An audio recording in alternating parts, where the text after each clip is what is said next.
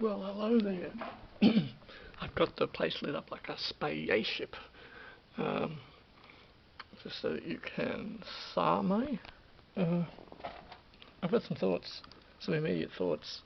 Uh, I've got every light on now, so I'm all lit up like a Christmas tree. Um, 11th of February 2024, it's 9:12 p.m. I believe Michelle is in her room doing, working on her project. I digress. I'm all lit up like a spaceship.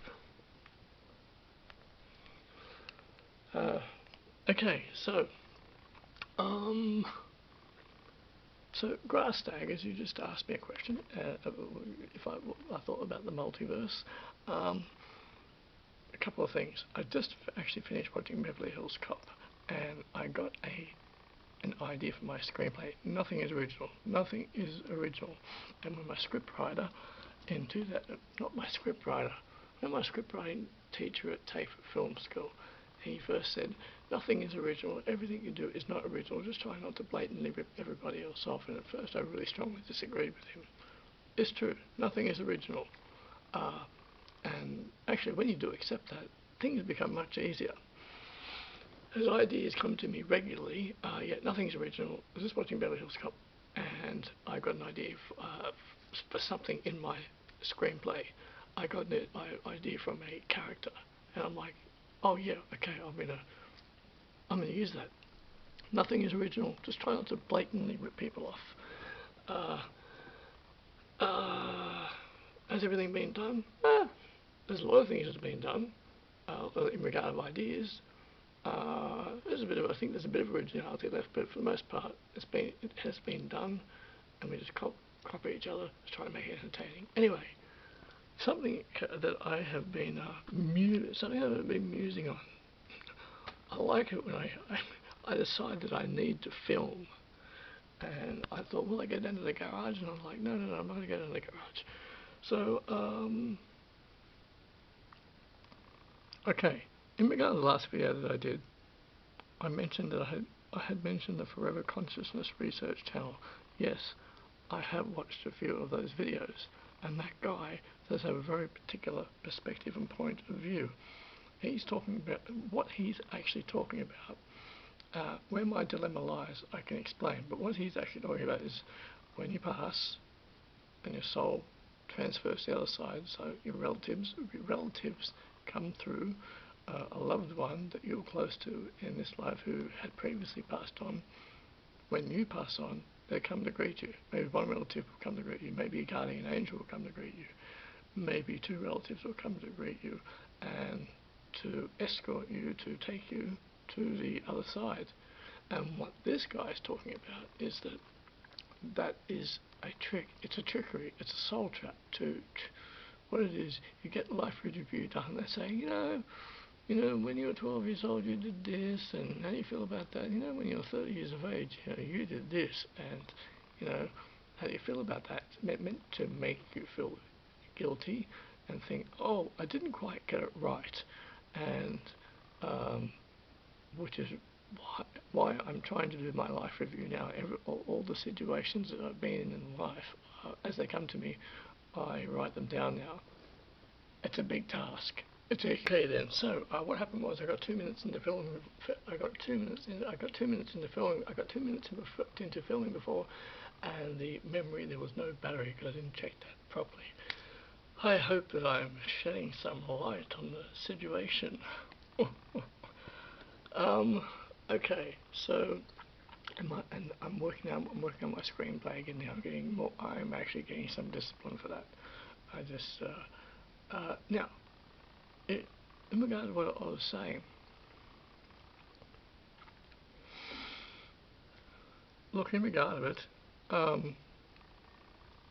so saying this is that when you pass on,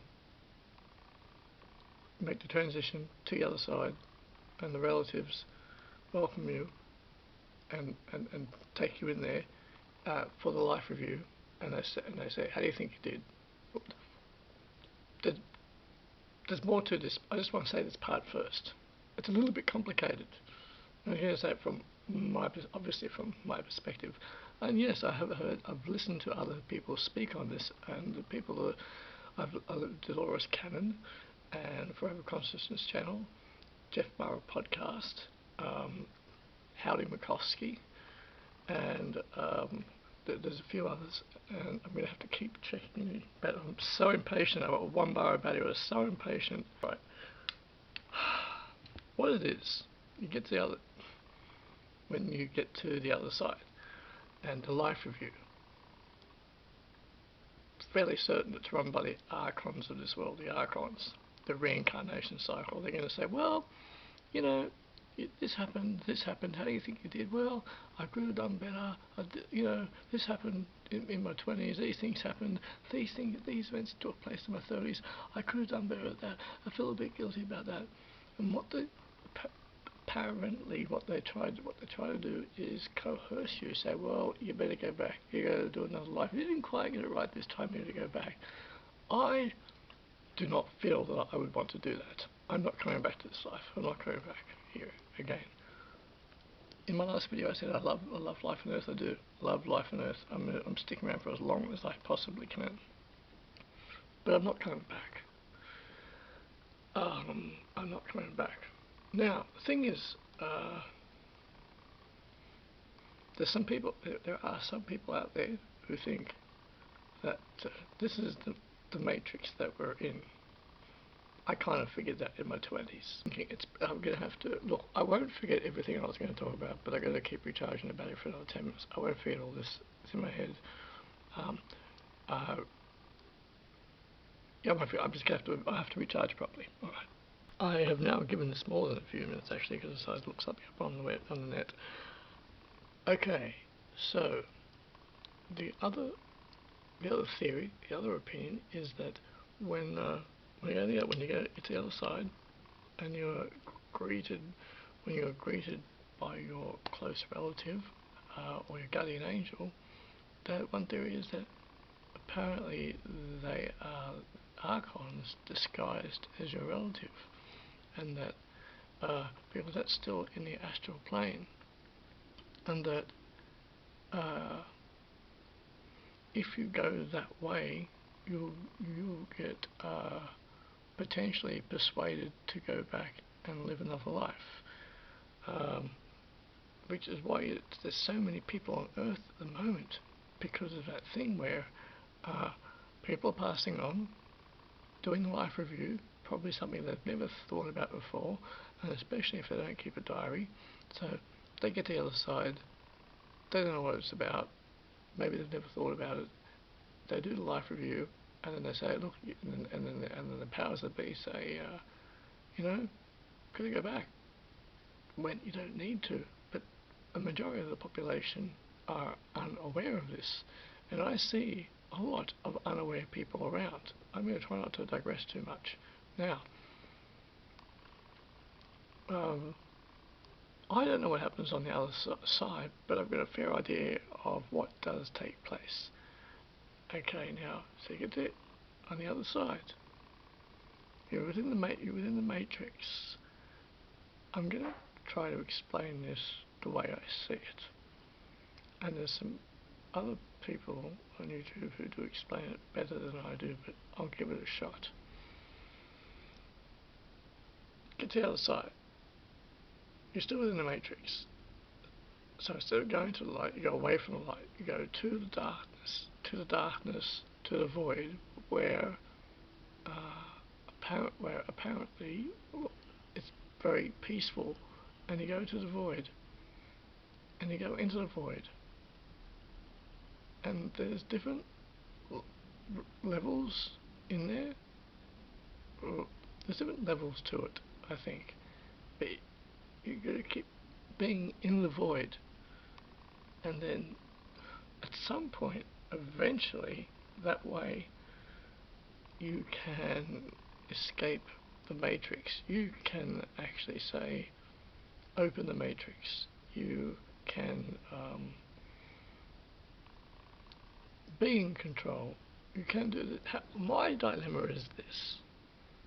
I think I'd be happy to do the life review, but I'm not coming back here, because within within the matrix are different realms, and I think that there are approximately, it's either 7 realms, 7 levels.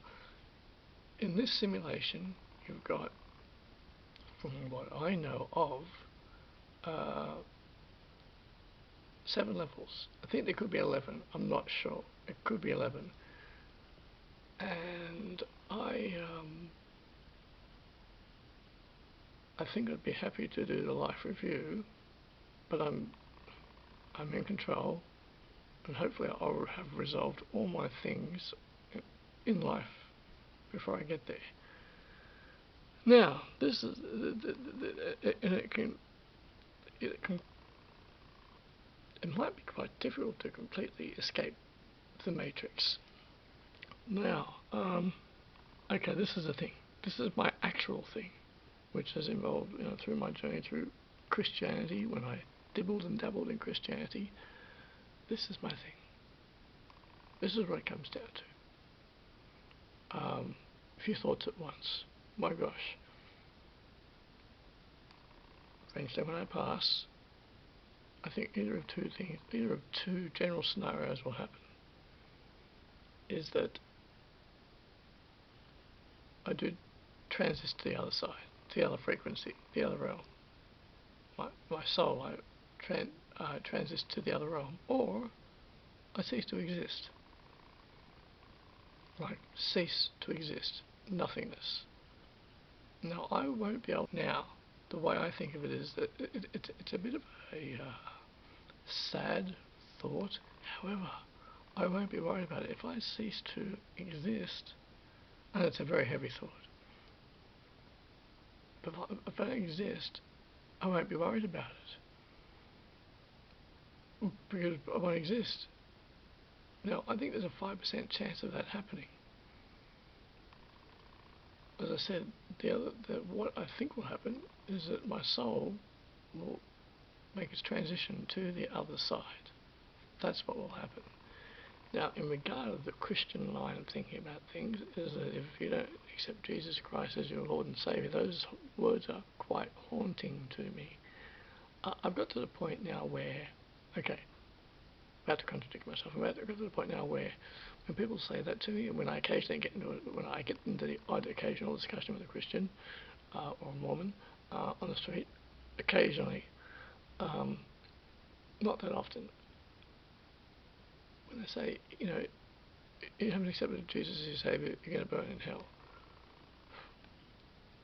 I've gotten to the point now where it really doesn't bother me that much, because it's just a ridiculous idea. It's a completely ridiculous idea, and I've dismissed that sometime. I used to live in fear of that. I used to be in the lower vibration, in the lower fear vibration. Back in about 2014, I was in a lower vibration about that, and it affected me quite a bit. But I've looked into a lot of things. I've questioned a lot of things throughout the last 5 years, especially throughout the last 3 years, and that does not bother me anymore, because I think it's ridiculous. Burning in hell forever? No. It's just no. It's not logical. It is not logical. And I no longer have fear, because that's the fear that keeps you on a lower vibration. I no longer fear that. I don't have a fear of that now. But there is no hell. You keep in mind, Christian beliefs, and it's just a belief. A belief. That's all it is. And when they say you're going to burn in hell, that means they're operating on a low vibration, a very low vibration of fear. Now, so either you cease to exist. Well, it feels really heavy to say that, or, which I think will actually happen, you go to the other dimension. And I'm quite keen to explore the other dimensions when I pass over. I'm going to be staying on Earth for as long as I possibly can. Yes. Yeah. Multiverse, right, multiverse. Let me check my battery. Multiverse. Didn't Michael Keaton make a movie about that, Multiverse?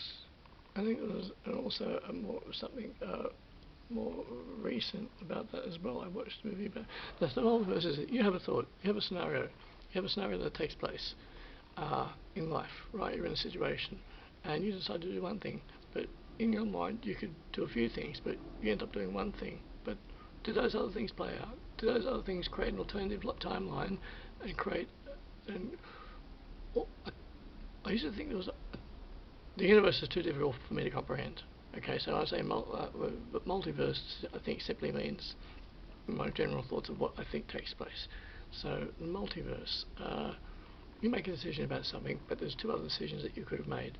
So therefore, the those decisions that you could have made, they go on and exist on an alternative timeline. So there's other two or three decisions that you could have made, decide to that they manifest and exist, and whether they exist for a time and then fade away, or just they do exist because you thought of them, you had the thought, so therefore they take place.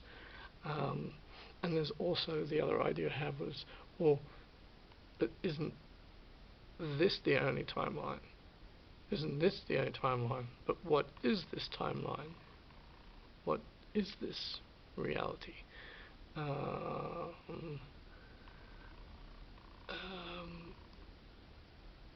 So it's went off into thought then. Does every thought that we go off into create an alternative timeline? I don't know. It's a fascinating theory. It is. It's a bit difficult to comprehend, because if that does happen, that means there's quite a few alternative timelines taking place, and it's quite very possible. I mean, this is all thought. We are thought. Our brains, the electrical current in our brains, the neuron connectors. We're manifesting. It's thought. Like, we have thoughts. Yes. And I mean, what are we? So I think that yes, I do think that we are in a matrix, in a simulation. I've thought that for a long time though. Yes, everything we do is important. I do believe we are on Earth, having a human experience, souls on Earth having a human experience for a reason, for a purpose, and to do what we can here, to learn to do the best we can here. It is important. Boy, Earth, well, hell, Earth is hell. I think Earth is hell. Considering what we go through here, this is hell. Earth is hell. It has its moments of happiness, but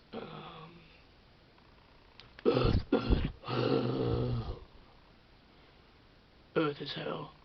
Oh, let's make it a song. Burn hell. It's also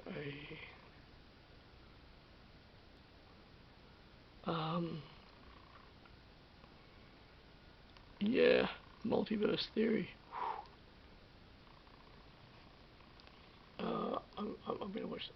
It's multiverse, yes. Michael Keaton made a movie about it. So every thought we potentially have creates an alternative universe, of the actions that we take. Possibly. Very possibly. And the powers that be of this world, I don't know if they ever counted on people waking up, or waking up to this, and realizing that, I don't know that it's a simulation for 100% certain, but I think we are in a simulation. I really think that we are in a simulation. I do. I don't know for 100% certain. I'm not 100% certain about it. we might, when life is up here, might cease to exist. I think there's a 5% chance of that, probably 2% chance of that. Matter cannot be destroyed, only changed in form. So if matter cannot be, energy cannot be destroyed, can only be changed from one form to the other. And so we do, it's a big mystery. I don't know what takes place. I'm just suggesting what I think takes place, what I think happens. And in the meantime, I've got lots. In the meantime, I've got lots of things to do. Lots of things to do here.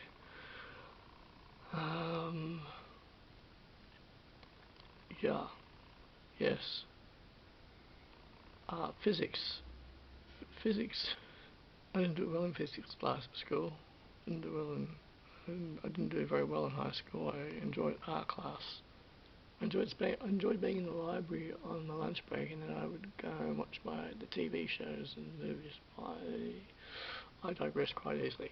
Look, Multiverse here. I have spoken for long enough. Midnight Charlie Man, Patrick. Hey, what are your thoughts on this? Comment in the comment section below. Tell me what you think. Got my spaceship of lights here.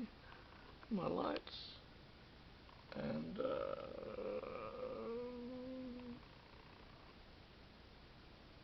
I've got every light on, and yet it's just enough brightness here. Oh, my cup of tea. I made a cup of tea a while ago. Hey, you like my belt buckle? I bought this in Adelaide. My friend Bernie, she saw it there. She said, but how about that one, Pat? Went to Handorf and chose that. Cost me $25. Anyway, alright, cool, okay, very good.